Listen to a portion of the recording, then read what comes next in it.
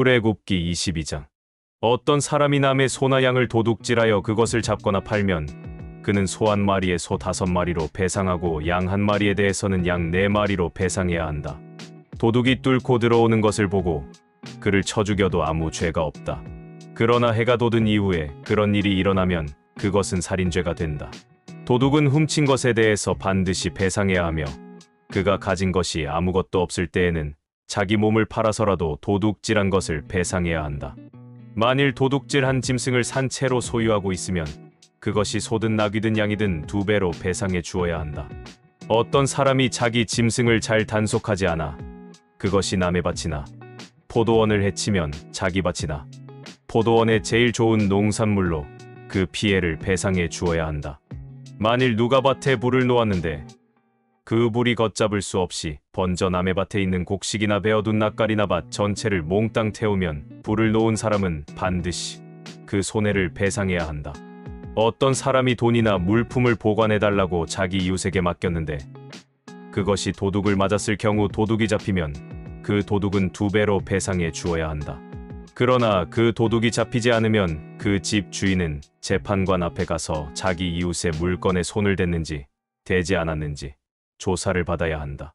소나 낙이나 양이나 의복이나 그 밖의 분실한 물건에 대해서 소유권 문제로 시비가 생기면 쌍방은 재판관 앞에 갈 것이며 재판관이 죄가 있다고 선언한 사람은 상대방에게 2배로 배상해야 한다.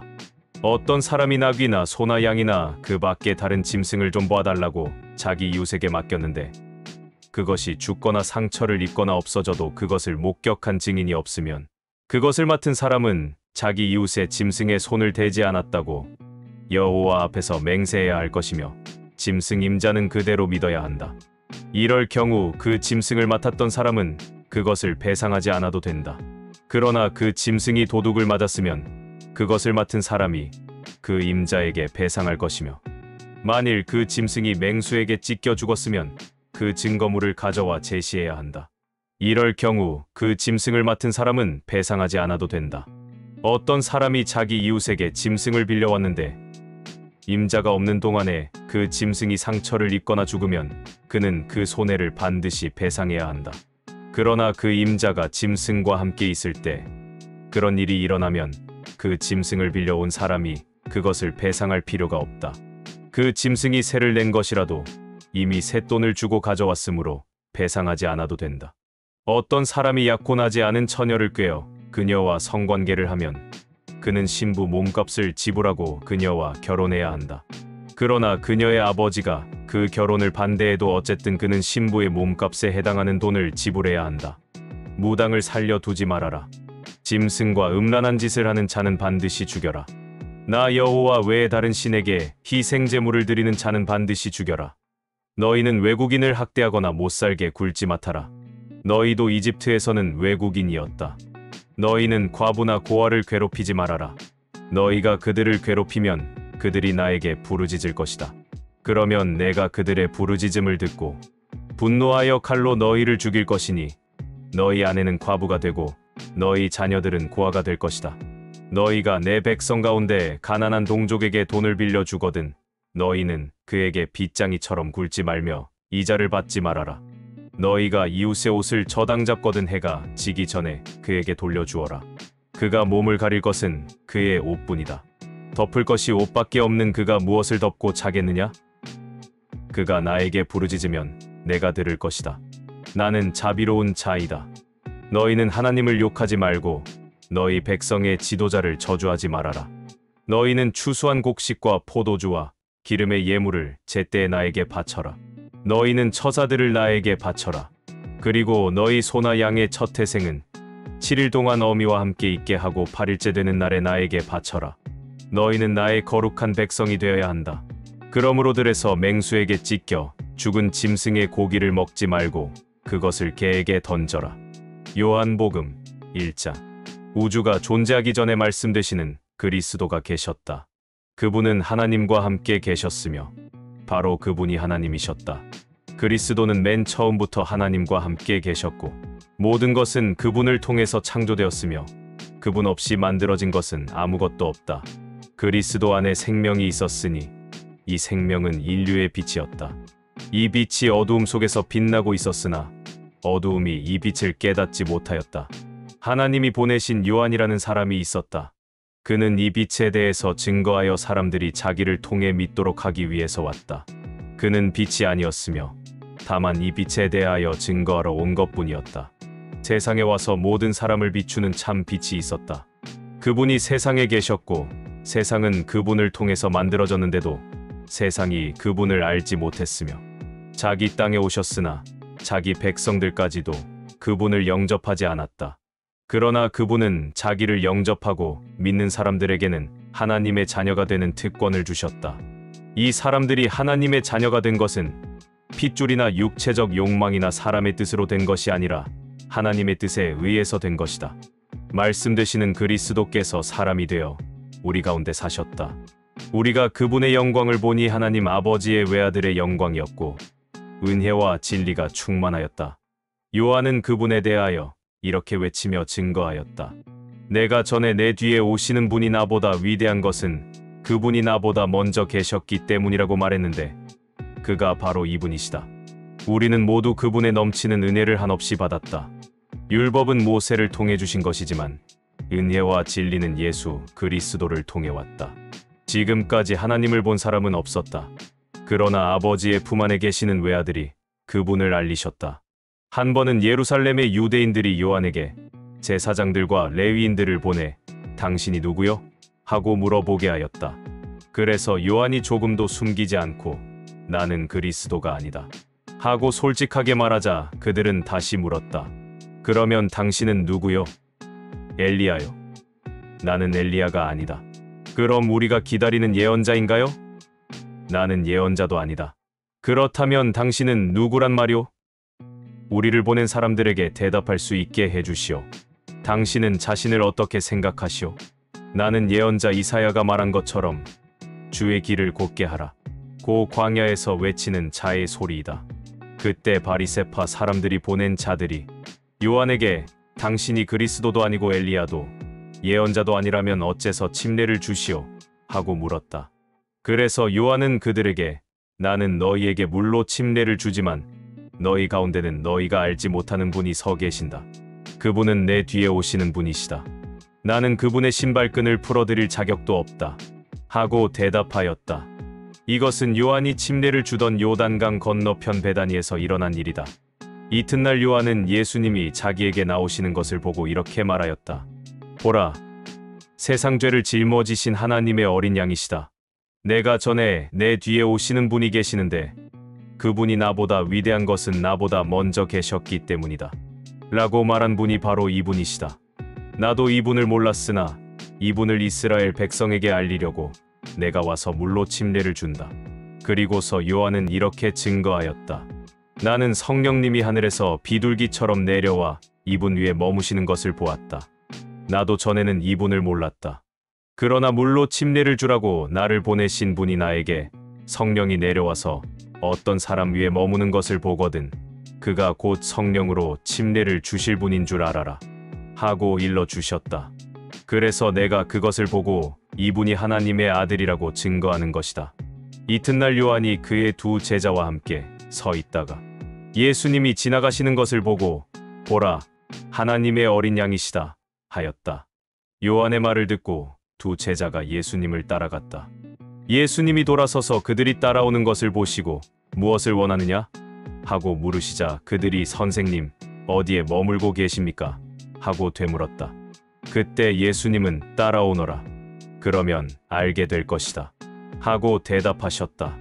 그래서 그들은 가서 예수님이 계시는 곳을 보고 그날 예수님과 함께 머물러 있었는데 때는 오후 4시쯤이었다. 요한의 말을 듣고 예수님을 따라간 두 사람 중에 하나는 시몬 베드로의 동생 안드레였다.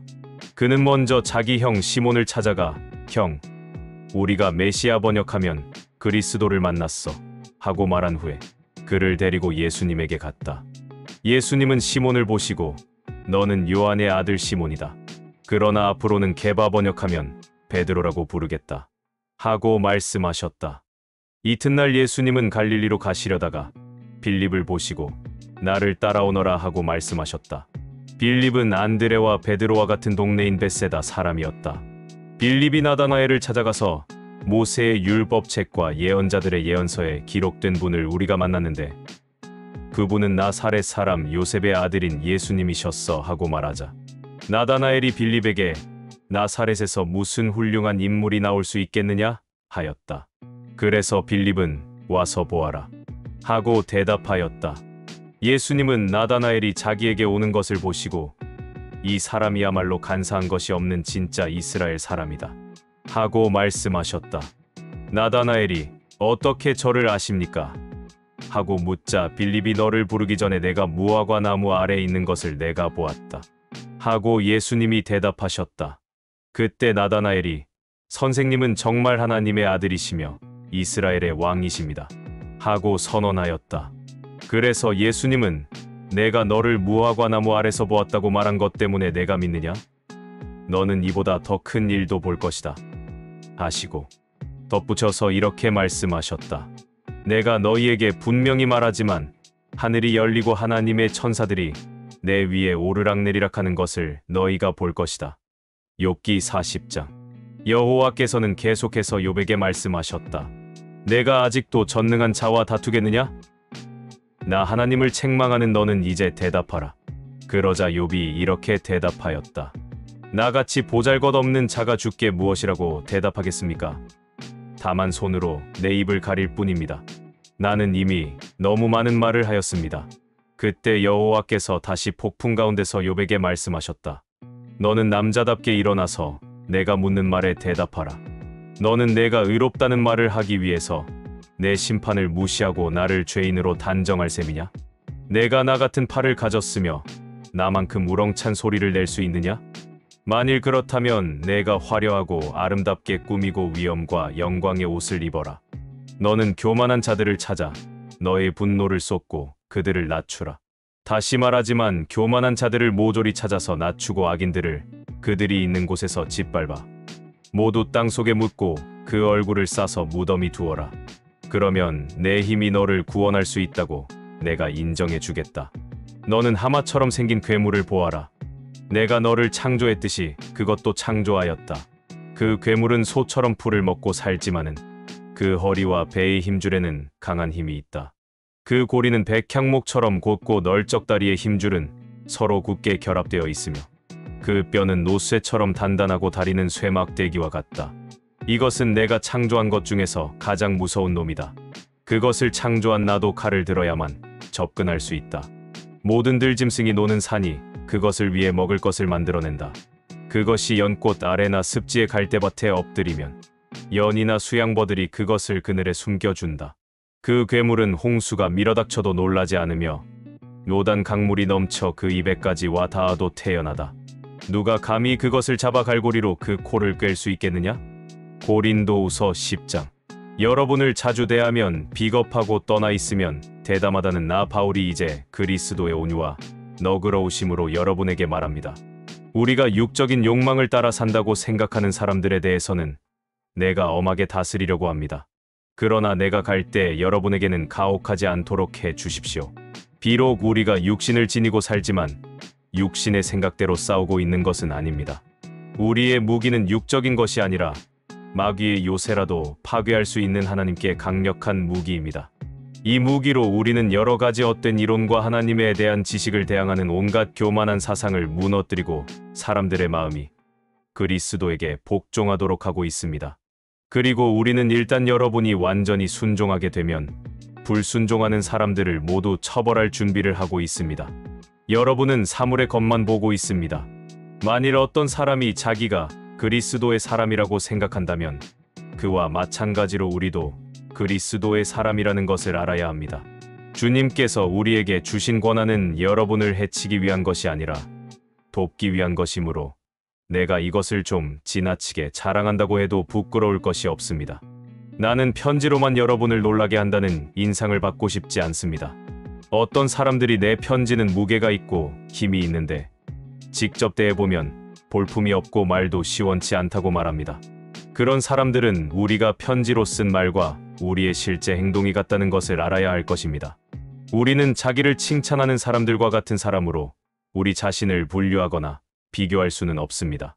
그들은 자기들이 정한 표준에 따라 자기를 평가하고 비교함으로 지혜가 없습니다. 그러나 우리는 정도의 지나친 자랑을 하지 않고 하나님이 우리에게 정해 주신 범위 내에서 자랑합니다. 여기에는 우리가 여러분 가운데서 일한 것도 포함되어 있습니다.